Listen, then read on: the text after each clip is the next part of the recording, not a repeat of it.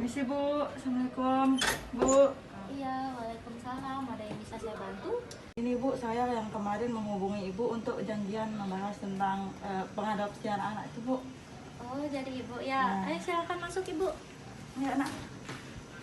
Silakan duduk ibu. Maaf Oke, ya, Bu. berantakan. Bu anak. Ya, jadi gimana ibu? Baik Bu, maksud kedatangan saya ke sini untuk membicarakan hal yang udah kita omongin lewat telepon kemarin.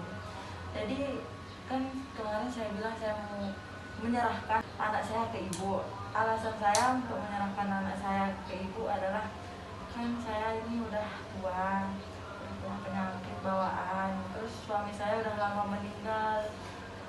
Jadi saya udah nggak sanggup lagi membiayai anak saya gitu. Makan aja masih saya minta-minta Bu. Jadi kalau dia tetap sama saya tuh saya nggak tahu gimana dia ke depannya. Dia masih umur 8 tahun. Jadi gimana Bu solusinya, apakah bisa atau enggak ini? Baik, jadi begini bu ya. Masalah pengadopsian anak ini nggak gampang bu ya. Saya juga sebenarnya takut gitu karena nanti takutnya ada kesalahpahaman dengan masyarakat sekitar. Sebelumnya ibu sudah bersedia, ibu akan memberikan anak ibu ke saya. Ini Bu, udah saya bicarain sama dia. Baik, jadi terima kasih ibu ya, atas kepercayaan ibu terhadap saya untuk mau mau menyerahkan anak ibu terhadap saya. Sebelumnya saya minta tanda tangannya dulu ibu ya untuk sebagai bukti untuk saya serahkan besok ke pengadilan. Ini Bu, gimana? Di sini ibu ya. Sini. Terima kasih bu ya. Ibu, makasih kembali Bu. Adopsi dalam perspektif agama Islam. Mempunyai anak merupakan salah satu tujuan dari perkawinan. Namun, tidak semua orang yang berumah tangga dapat mempunyai anak sebagai karunia dari Allah Subhanahu wa Ta'ala. Banyak faktor yang menyebabkan orang yang berumah tangga ingin mempunyai anak, namun bukan dari rahim istrinya sendiri, baik karena usia, pekerjaan, atau kesiapannya.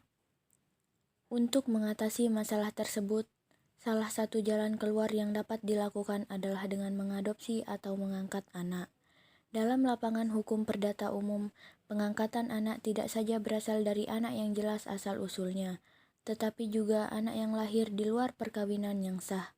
Dalam agama Islam, anak yang tidak jelas asal-usulnya ini termasuk dalam kelompok anak pungut. Islam menghendaki bahwa pemungutan dan pengangkatan anak lebih dititik beratkan kepada kemanusiaan, yaitu perawatan, pemeliharaan, dan pendidikan anak tersebut, bukan karena alasan-alasan lain seperti untuk menjaga harta dan sebagainya. Surat Al-Ahzab ayat 4-5 yang artinya, "Dan dia tidak menjadikan anak-anak angkatmu sebagai anak kandungmu sendiri. Yang demikian itu hanyalah perkataanmu di mulut saja, dan Allah mengatakan yang sebenarnya dan Dia menunjukkan jalan yang benar."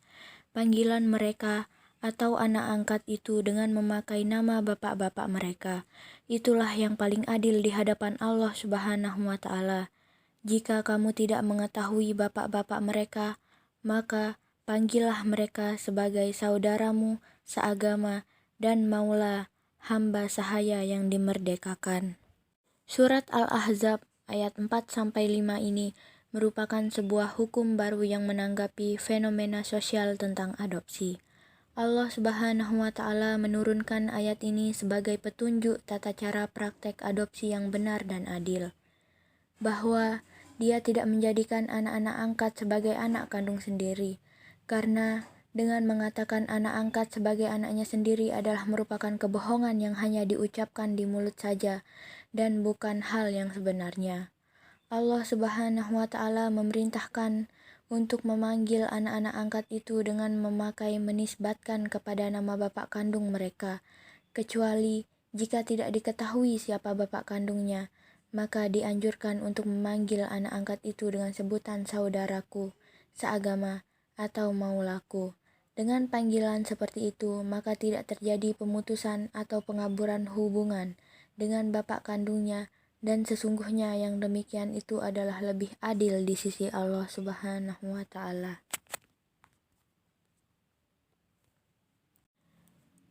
Adopsi dalam perspektif hukum negara. Peraturan Pemerintah Nomor 54 Tahun 2007. Pengangkatan anak adalah suatu perbuatan hukum yang mengalihkan seorang anak dari lingkungan kekuasaan orang tua, wali yang sah, atau orang lain yang bertanggung jawab atas perawatan, pendidikan, dan membesarkan anak tersebut ke dalam lingkungan keluarga orang tua angkat. Dasar Hukum Pengangkatan Anak.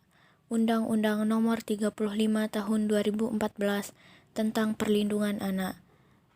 Peraturan Perundang-Undangan Nomor 54 Tahun 2007 tentang Pelaksanaan Pengangkatan Anak. Peraturan Menteri Sosial Republik Indonesia Nomor 110/HUK/2009 tentang persyaratan pengangkatan anak.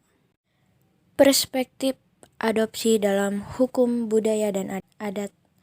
Pengangkatan anak menurut hukum budaya dan adat sering dikenal sebagai usaha mengambil anak bukan keturunannya sendiri dengan maksud untuk memelihara dan memperlakukannya sebagai anak sendiri.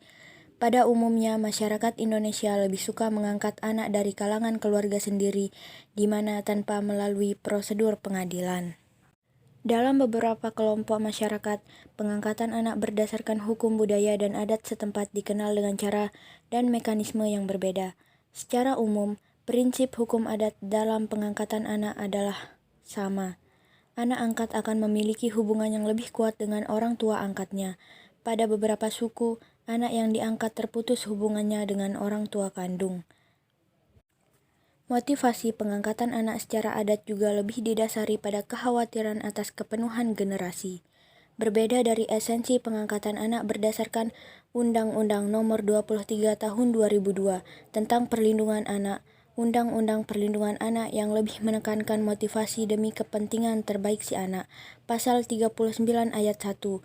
Undang-Undang Perlindungan Anak merumuskan secara jelas, pengangkatan anak hanya dapat dilakukan untuk kepentingan yang terbaik bagi anak dan dilakukan berdasarkan adat kebiasaan setempat dan ketentuan peraturan perundang-undangan yang berlaku. Pengangkatan anak berdasarkan adat sebenarnya sudah sering terjadi, bahkan tidak jarang menimbulkan persoalan hukum ketika menyangkut pembagian warisan atau perceraian.